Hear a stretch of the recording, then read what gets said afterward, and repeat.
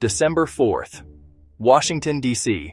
Presidents Felix Tshisekedi of the Democratic Republic of Congo and Paul Kagame of Rwanda will stand side by side to sign what is being promoted as a major peace deal. Leaders from Kenya, Burundi, and others from the Great Lakes region will also be there. On the world stage, this appears to be a diplomatic achievement. But for millions across Central Africa, especially in Eastern Congo, this moment feels less like peace and more like a staged performance.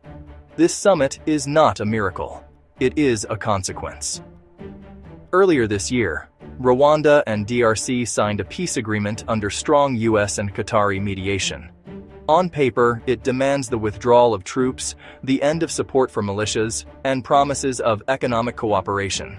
Foreign powers celebrate this as stability and a pathway to the minerals the world so desperately needs. But whenever outsiders design African peace, there is always a question lingering in the shadows. Who gains the most? Now let's confront the contradiction that refuses to be ignored. How does a region pursue peace, while one of its most influential leaders stands accused of fueling the very violence under negotiation? Paul Kagame, praised internationally as a visionary leader, as a disciplined reformer who rebuilt Rwanda from ashes, also stands at the center of the Great Lakes region's darkest allegations.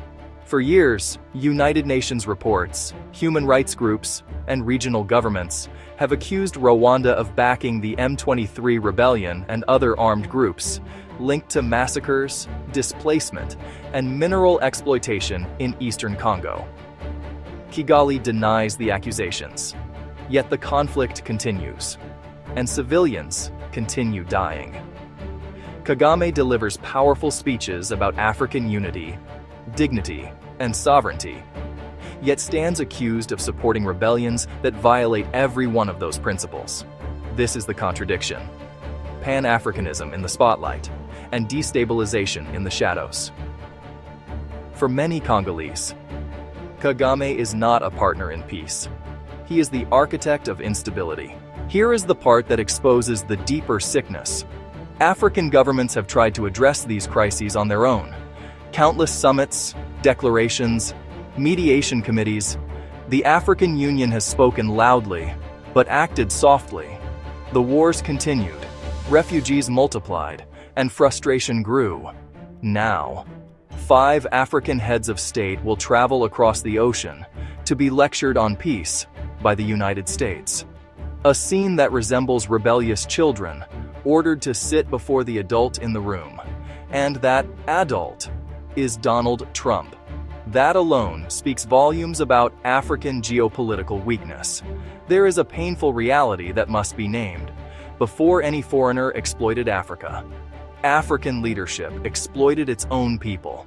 The most dangerous threats to African progress often sit in African presidential palaces. While elites fight over power, influence, and minerals, ordinary people fight simply to survive.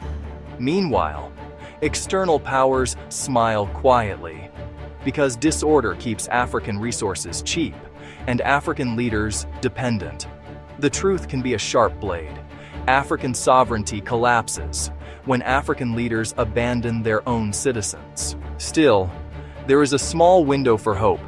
If this peace deal actually holds, troops could withdraw, rebels could finally disarm, and communities could begin to rebuild. A fragile chance at stability. But history quietly warns, do not celebrate too early. This story has repeated itself for decades. The handshake, the cameras, the headlines.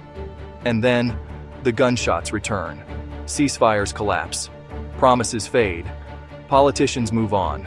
And the people are left behind. Again. Skepticism exists because betrayal has been the norm.